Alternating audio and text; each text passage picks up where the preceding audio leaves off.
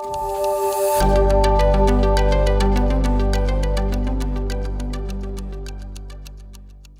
there, adapters and adapters TechX. It is great to have everybody join another one of our shows where today we're talking about Brian Proctor. We'll get to him in a minute.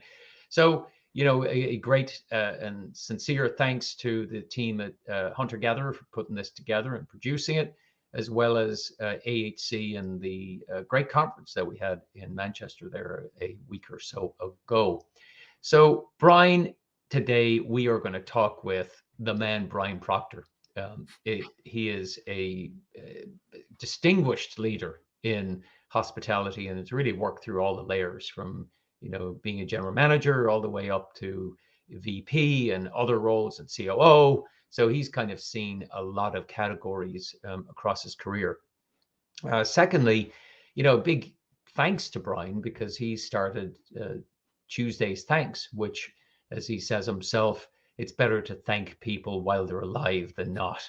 And that has been a real success and I think brings great balance to a turbulent world. So we're going to explore today about what it means to run businesses in a turbulent time. He's got some great insights into different categories of the hospitality, tourism, and travel space. So more to follow on that. And let's say hello to Brian. It's great to see you again, Brian. We had the quick hit, which was, fairly punchy and, has already been published, I'm sure. And this is where we get to kind of, get into the comfy chairs. Do you have your slippers on? I'm just checking. I've got my slippers on, and I think it's Excellent. impossible for you and me to have a quick hit on anything because That's probably true. It's probably very true. Yeah, it's very, very, very true. And so, when your career, right? Let's start there, and we'll then spend some time again on Tuesday's Thanks. I mean, there's a guy from Canada, and all of a sudden, here we are, on podcasts, or doing podcasts, or doing all sorts of things with different companies. How did that all happen? How did it all come about? It's weird. At a very young age, I knew I wanted to be in the hotel business. I followed my father in on a Sunday to a hotel. I'm born and raised in Montreal, and he was going in to practice a speech at the Queen Elizabeth Hotel, which is this grand dam of a hotel in Montreal. And so we pulled up in the car, and that was when the doorman was in the Beefeater uniform and all this kind of stuff. And I just watched how they treated my dad and the colors and the richness of everything within the building. And I could go on for hours with this story, but short story is I was so impressed with how they treated my dad in this building. The story goes, now I don't remember this, but my father told it while he was alive, was when we got in the car to go home, I looked at him, I said, I'm going to run one of these places one day. And lo and behold, I did. And so I got into the hotel business, and that was the reason why. And the other reason was I wanted an industry where I knew I could travel because I didn't, Canada's a great place to be, but it's a very small country as it relates to, not geographically, but, there's only 38 million people. So there's only so much you can do there. So I wanted to see the world. And I figured the hotel business was a great way to do that. And I just followed the dream, and I'm not the sharpest tack in the box. I'm a perfect example of, work with what you've got and be a good person. And I think the rest all follows if you're passionate about what you like to do. So in your career, and we have worked together, and I echo everything you just said about yourself, which is, except for the self-deprecation about being not the smartest pack, I don't buy that at all, at all. And your experience in different layers of the hospitality fish tank, right? You've moved through all of them. What one stood out as being the one you enjoyed the most, and what was the one that probably went, that's not for me. I need to get out of that. Well, hands down, the favorite was I spent 10 years leading a team at Starwood Hotels called the New Builds and Transitions team, where we worked with the development arm of Starwood in ownership and developed, I think during those 10 years, we built from the ground up from development about 67 properties. Everything from the St. Regis in Bora Bora to a Sheraton 150 concept in Houston oil corridor to Aruba and everything in between. So to me, that was fascinating because you got to touch on every aspect of the development, the financing, the development of it, the construction, the architecture, the design, the operations, all of that. So by far, that was my most fun 10 years. I don't think we were traveling 220,000 miles a year. I don't think I worked a day in those 10 years in my mind because I just loved it so much. And, we had a great team and everything. And Dave Milas was my leader, and he was an exceptional guy to work with. So from that standpoint, that was the best. I think, and this, you'll chuckle on this one. I think the one time that I probably wasn't suited for me was when I worked in the service department industry. And I think it was because I came into that at the end of my career. And so I was used to a certain established corporate type of mentality within the hotel industry, which is very structured. And the service department industry hasn't reached that point yet. It's getting there, and there's a lot of cool things going on. But I think that was the most frustrating for me because I couldn't get my arms around it. Great people, but I just couldn't get my arms around it. So I think those would be the two extremes. Yeah. So when you think of, I have to go back. Which Renaissance in Houston? No, it was the Sheraton. No, it was the Which one was it? It was like a Sheraton 150 concept. So when we designed we were trying to compete in that limited service. I see. It was Okay. Starwood's one. I should say one failed experiment, but it was an experiment that didn't really work. It didn't take on. I see. Well, others did, so that's good. Yes, yeah. Because I think I've been in most Houston hotels at some point. So when you look at the market today and you see where the managers are today, what are the 2 or 3 topics or issues that you think the GMs and the regionals of today are dealing with that you're going, wow, I didn't expect that to be the case? Well, I think, if you put them, I guess if you put them in some buckets, right? Obviously, the re-engagement of the workforce has been crucial. And the fact, so depending on the market you're in, you're having a difficult time finding hourly associates. You're dealing with the cry from a lot of people that, hey, I want to be a remote worker. And how do you be a remote worker in this sector? And there are roles that you can do that, but it's having the open mind of a general manager to say, you know what, it's okay for my salesperson to work 3 days from home because the client's not here. So having that trust and respect of your staff, I think, is something that some of the older GMs, like if I was still doing that, would wrap my head around. The younger guys, it doesn't seem to be that big of a problem. So I think those are some of the things that they're dealing with. And then on the economic side, it's okay, we're coming out of the summer, we're coming out of the leisure boom, which realistically has driven the success of the rebound through a very high ADR. And consumers have been willing to pay that high ADR, but they're getting less service because they don't have enough staff. So now they're transitioning back into, okay, the corporate guest and the meeting planners coming back into play because people are doing that now. They're much tougher negotiators than a leisure person. How am I going to match this rate expectation that the ownership groups and the companies have seen with the fact that it's not going to, I don't think it's sustainable. And how do we marry all of that? So I think those would be the 2 things that I've been seeing and experiencing with my clients as they're coming back out of this pandemic. And when we think of rate, right, as an indicator of demand and supply, it's pretty self-evident that, and as predictable as the sun coming up, we actually wrote about that in the Adapters book, that there would be a surge, right? It's pent up demand, pent up cash, got to go dump it. Plus, people said, I'm going to add to my bucket list, maybe like what we talked about in the quick hit that said, maybe I better do this before I'm too old. Exactly. So all of these demand issues coalescing concurrently. Do you think that the rate is, which can be, or high or low, do you think there's a place where the new level of ADR doesn't go back to the old level of the ADR? Or is it going to, or do you think that demand will just bring that down and all this pressure you brought up in your last comment about the corporate buyers?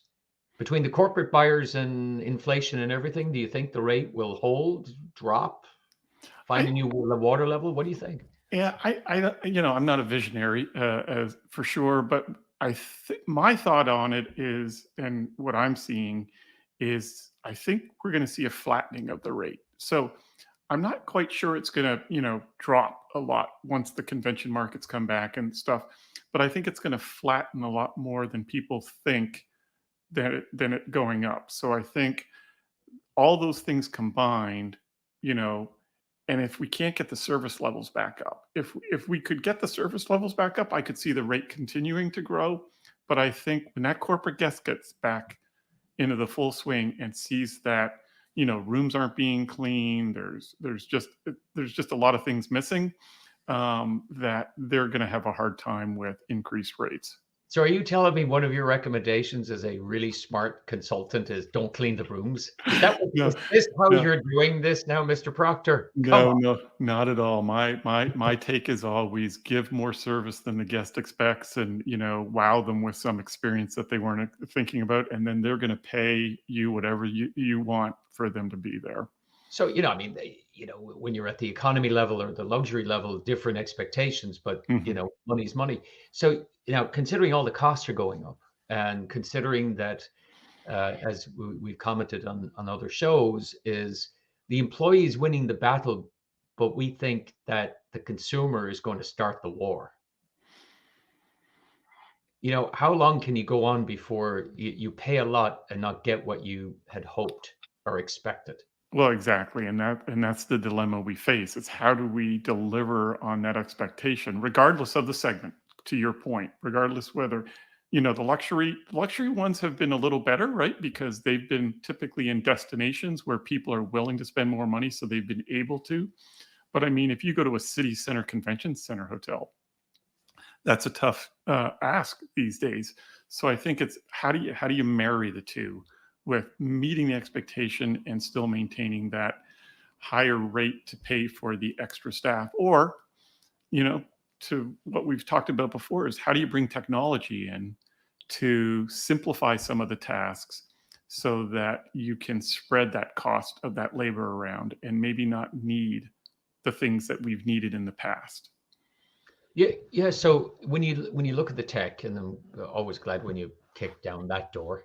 Well, I can barely spell technology, so Well, I'm on the wrong show. that's what sensors are for, Brian. You walk up to it and it opens. Hmm. Kind of fun.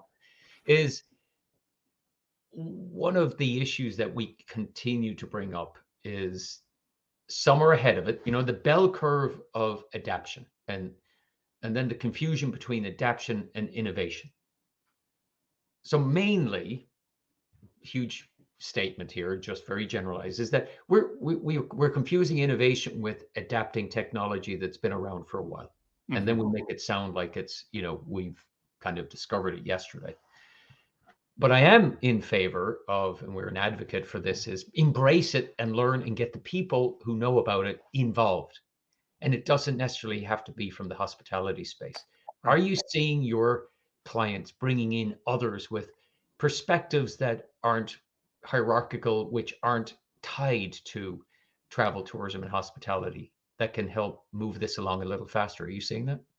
It's in some industries, yeah. I mean, in the tech world, in some of my clients in the tech space, you're seeing that. And part of it is they have all these grandiose ideas of what needs to happen. And unfortunately, what the tech people do is they trip over themselves and they make things so complicated that you lose the general idea. So, for example, you may want to have everything in your hotel work off of your TV and your phone. And while that sounds really great, the technology isn't there yet that it's simple. It's very confusing and very cumbersome. And I've actually had some clients that have actually had to dismantle what they thought they had created because they didn't bring the user into the development of the tech. And so this thing speaking to this thing over here, and it's all voice activated and this, that, it just was too complicated. So again, we've talked about it before, keep it simple, involve the user, and we're being asked to get into sectors that I never thought I would be working with, the financial institutions, and things of that nature. I'm a hotel guy, but they see the user friendliness and the simplicity of what we do, and how do we incorporate that into their world as they're re-engaging with their employees.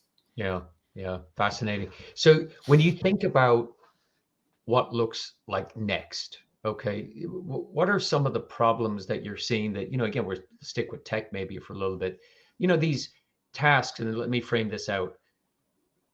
This phrase of the tasks that can be done by technology, let's release that to technology and focus on the tasks that cannot be done by technology and make the humans better. Mhm. How is that manifesting itself in what you're seeing and working with and advising on? Well, it's a delicate balance because, and again, it's breaking the mental paradigm that old guys like us have that Speak for people. yourself. Yeah, well, My I am. God. See, I coming back to like us. Well, I okay, know that, but I don't need to be reminded about it. got it. So, in our world, the thought has always been, especially in the upscale and luxury market, that Yeah. the guest has to have that human interaction. Well, you know what? There's a lot of wealthy young people these days that never have shopped in a store or never have had face to face, and they're full of anxiety and they don't want face to face. So, again, making the simplicity of being able to land in a destination. As you land, you check in on your phone, you go, and your phone is your room key, and you bypass the desk. I mean, I think the front desk will become a thing of the past. And with the technology of kiosks and the user friendliness of a kiosk and the simplicity, everything's in there. This idea that I have to see an ID and I have to see this, well, that can all be handled via your phone, smartphone. But you have to make it simple and you have to make it work. And so that eliminates the need for those areas there. And then you can concentrate on those areas that are human interactions. You have housekeeping will always be a challenge. Engineering, room maintenance, that all needs humans. So how do you enhance that experience not only for the guest, but more importantly, how do you enhance that for the associate so that that job is looked upon as one of stature within the building and one that is rewarded and incentivized and all of those things so that Mhm. they're engaged, they're Right. respected, and you trust them. So I think it's just relooking the entire hierarchy of in my field, the hotel field, of all of those positions all the way up and all the way down.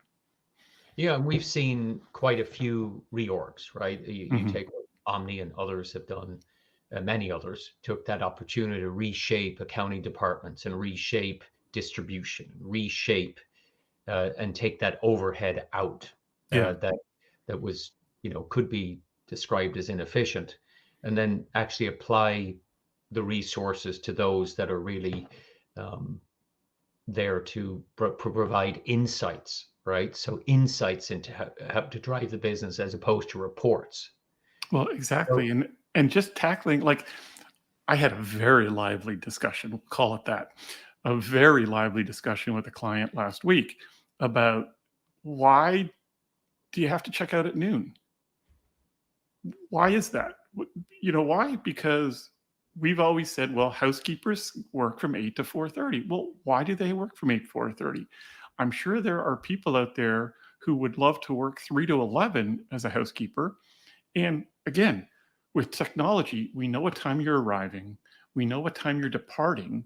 So you tie all that in, and you could increase revenue because you could charge for later and longer and say, sure, you can check out at 7 o'clock tonight, no problem. It's another $120. And you know what? The guest is going to pay that for the convenience of working within their schedule. And then they check out at 7, and guess what? Room attendant comes in and they clean your room at 7:30, and it's ready for the guy who's arriving at 9:30. So our mindset has to change. You have to adapt to that new way of doing it. But oh, we had such a lively discussion on that. But getting the technology right to do that is important.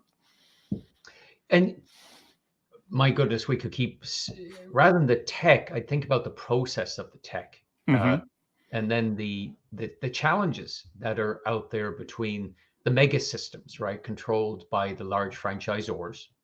Be it the advancement with Amadeus and variety of changes in enterprise resource systems, and then you're at the other extreme, like a company called Like Magic out of Switzerland, that everything's on a handheld device. Check in, check out, all of the digital check-in requirements of passports and everything else can be done remotely, and you don't actually even have to talk to anybody. You walk straight Yeah. to your. And so that technology is there, and so this my point and question here is around the notion of, are the mega giants still out of touch with what the agile nowness of the millennial user and decision maker, and the millennial decision maker who's also a corporate buyer, who's also an event planner, saying this is antiquated. I'm going to find a brand that actually knows how I work versus how you want me to work. You Well, hearing that conversation come up? yeah, well, I think always. And I mean, I was, and I look back at my, close to 20 years with Starwood. I mean, that was one of the things that attracted some of the best minds to Starwood, was because we were trying to be disruptive in the segment. We were trying to do new things. And you do have this problem in the hotel industry anyways, and maybe partly of tourism, is it's not a real challenging segment to work in. I mean, look at me. I'm not the sharpest tack in the box, and yet I was able to get to a pretty high level in certain things, because it's not a real difficult industry. It just takes common sense and hard work and good ethics and morals, and you can do pretty well in this business. And I think what the big guys have a challenge to do is they insulate themselves with internal promotions versus bringing people from different segments, which was one of the things that I was so impressed with working with you. And I hate to build your ego, but was the fact that when you put the C suite together at Bridge Suite, you really brought together a diverse group of individuals with different skill sets, different experiences. And I think we were all better for it because it made us look at things differently. And I feel with some of the old guard is that they just keep promoting the same hotel guys who have done the same things. And that's in a lot of industry. It's not just the hotel industry. So I'm not saying that, but that's where you need to bring all of these different people in for the different experiences to say, hey, we need to change this. And that's how it happens quicker, I believe. And I'd probably add one phrase: I don't know. Hmm. I don't know. If we can Yeah. get to an I don't know conversation quickly, which uh, when we talk about tech companies, right? We've done work with Google, we've done work with other tech companies, right? The thing that struck me, and I think when we were on trips together, there's an openness, and there's a I don't know up front, and get me the people that has some clue. Yeah. Secondly, the new answer is really the art of the question. And it's fine not to know. I mean, there's a lot of stuff you don't know, but a lot of people won't admit that, they won't say in front of their peers or anything that I have no idea how do we do that? And who can we get to help? And I And think to your that's something that and holds to us your back. point about, Brian, putting different people from different industries that has expertise around you, makes it uncomfortable Mhm. for all of us to go, okay, it's not hierarchical, it's far more collaborative. And there, if you don't want to listen to the experts you brought in, who's the idiot? Me, Yeah. or whoever's chairing that. So this idea, and going back to that conversation about the behemoths with a very marginal change, enhancements, but not evolution. It's more evolution than anything else. I will stand up a little taller, I'll run a little faster. But what we really need to do is get an electric car and go zippity doo dah, so you can actually read while you work or read while you drive, Yeah. and make it completely different. So this idea that is out there that we're behind. I think there is one thing I think that is has come out and be interesting to get your perspective.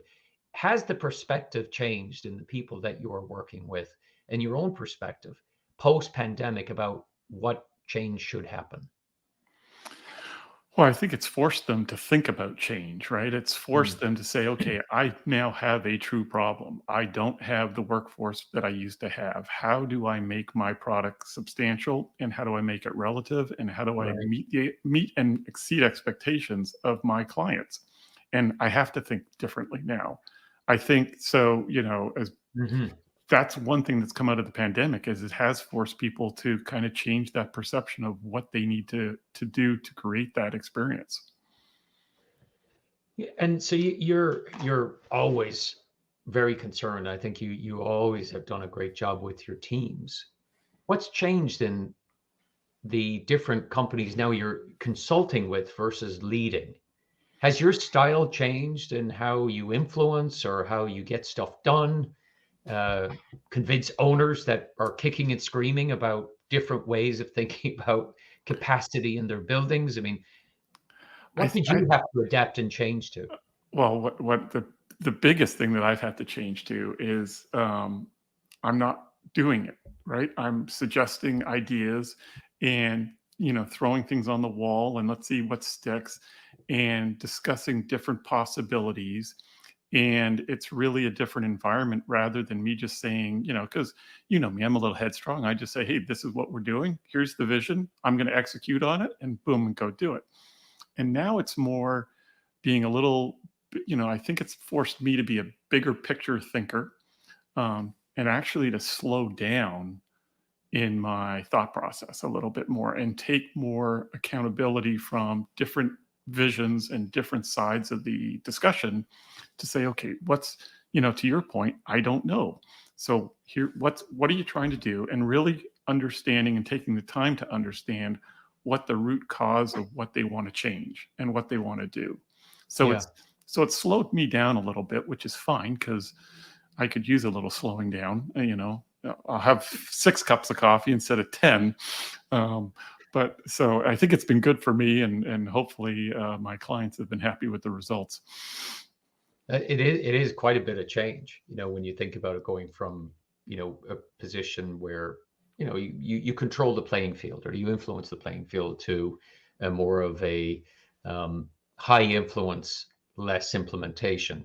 Hmm. Uh, always tough. Well, and how do you feel about that as as you move forward? Are you feeling like the clothes are fitting better in that world, or do they still feel a little loose or tight, or how do you feel about it? I'm getting more comfortable with it. I'm a you know I was on a plane a couple of weeks ago, and I'm a bad consultant, right? Because I was talking to the guy next to me, and he was a consultant and stuff, and he said, "You're the type of guys we don't like because, I was flying on a Sunday so that I could start first thing on a Monday morning on the ground." He says, "No, no, no. You fly Monday, because you only get paid." I said, "Yeah, that's just not me. I don't have that mentality." He says, "Well, you're ruining it for the rest of us." So I'm getting more comfortable in it, and I'm trying to do the best I can as I waddle my way through. But I still don't have that complete mindset. So it's kind of funny when you look at what I do. But like I So as said, I appreciate it. I mean, it's always it's transitioning into a whole new career and dabbling in a lot of things, and that's very exciting in many well, yeah, respects, and and a little terrifying as well, right? yeah, and I'm touching on areas that if you told me, I retired 2 years ago, and I You've basically been set up saying lead. that as long as I've known you, and I'm just this Yeah, you know but I did. I retired 2 years ago in August of 2020, and yeah. I only set up leads to keep my wife happy because she said I was too young to retire. And God knows, 2 years now. It's been 2 years, and these people keep calling me for work, and it's like, I must be doing something right, but I'm enjoying Yes, you it. are. It's fun. Well, you have a Um, great reputation in the market, and that's standing by you, so which is yeah, great. so we'll see how it That's goes. awesome. Well, congratulations on that. So as we wrap up, another opportunity for tips and takes for our listeners to go, let's hear Brian's wisdom Oh about, boy. these things. So, what add-ons and tips do you have? Well, similar to what we said in the quick take, I think it's really, you know, what I'm seeing is how do you re-engage the workforce? And that's the key is to Hmm. spend time on the new type of millennial and Gen Z and all of these people that look at things differently than you and I do. So it's how do you re-engage them to fit your business and to fit their needs so that you attract the best talent. Because at the end of the day, that's what you want to do. You want to have the best talent around you to provide the best experience. And, and again, I keep coming back to keep it simple. We don't always have to be designing something new. It's enhancing what we have, and listening to your client and listening to your guest and listening to your consumer. They'll tell you very quickly what you want. I mean, I don't want to have to sign a registration card. I mean, how long did that take the hotel business to get away from that stupid registration card? You know, but that's the reality we face. So keep it simple, listen to the customer, and you know, I fall back to, and I know this is going to sound weird, and it's not a quick take, so I apologize, but one of my things in life that I just love is a gentleman by the name of Carlos Santana. And his music to me is magical, and he has carried me on flights for hours. And his book is one that I continually go back to. And one of the reasons I go back to is he's got this philosophy that being conscious means that you know that you're a creator, right? And knowing that you can be the creator of your own life and your own environment. So be that creator. But what he's saying is work with what you've got, not necessarily creating something unbelievable, but work with what you've got. And that's always stuck with me with him. And so I think that's one of the things that I always take away with me is, again, not the sharpest tack in the box. So I work with what I've got. I've got a good personality. I've got good common sense. And I seem to be a type of person that can bring people together for, getting a cause done. So that's kind of what I've always taken away. And I always go back to his book on that. I know I don't look like a guy who thinks like that, but that's I am. We are going to talk about that more on these shows. Seriously, that's a great way of thinking about and framing out, how to get through a day. Work with yeah, what you got, work maximize with it. what you got. And you've done an amazing job in your career with that. And as I've said before, it continues to be fantastic as part of my life to listen to what you're doing and your way of thinking with things, and absolutely loved being around you and you knocking me around the place occasionally going, come on, really? So again, I greatly appreciate that. So Brian, thank you for making the time. It's now coming up on 6 a.m. in the great capital of America. So thanks again for your time and your insight and perspective and sharing a lot about your life and how you think about things. So greatly appreciate it. Well, thank you for having me. I was so excited when you reached out because I never thought me and the word technology would be on the same show. So this works. I love it. All about the user, and you know what the users are. Exactly. All right, so thank you. So when you listen to Brian's view, and so the big takeaways from that is truly probably in the last 10 minutes about make the most of what you are and the skills you have, and you'll optimize probably a lot more than most in your life and across your life. Second takeaway is keep it simple. When technology or uses of technology, we tend to try and solve the complex versus racing towards the user simplicity of it. Remember to get involved with the users early because they'll actually tell you what they need, and then you can stretch them, or else we'd never move from black and white television to tablets. So as we move forward and we think about other tips and takes, is make the most of what you got. Have friends around you, maximize the relationships, understand the trends. Workforce is here to stay with structural changes as we see the economy change and the pressure from of inflation and probably a little bit more nationalism as we reshore into different countries. So lots of complexities. One thing is for sure, hospitality will be around forever in some form or other. That's an industry, that's a fixture. You got to sleep, you got to meet, and you got to eat. And that is something that we will certainly be around for. Other technologies come and go, but the staples stay. So thanks again for taking the time to be on the Adapters and Adapters TechX. where we take the complicated and make it understood. Keep looking over the fence. Again, thanks to our friends at Hunter Gatherer for producing, and AHC, the annual hotel conference, and the team at Questex for being a friend. Have a great one. Keep looking over the fence.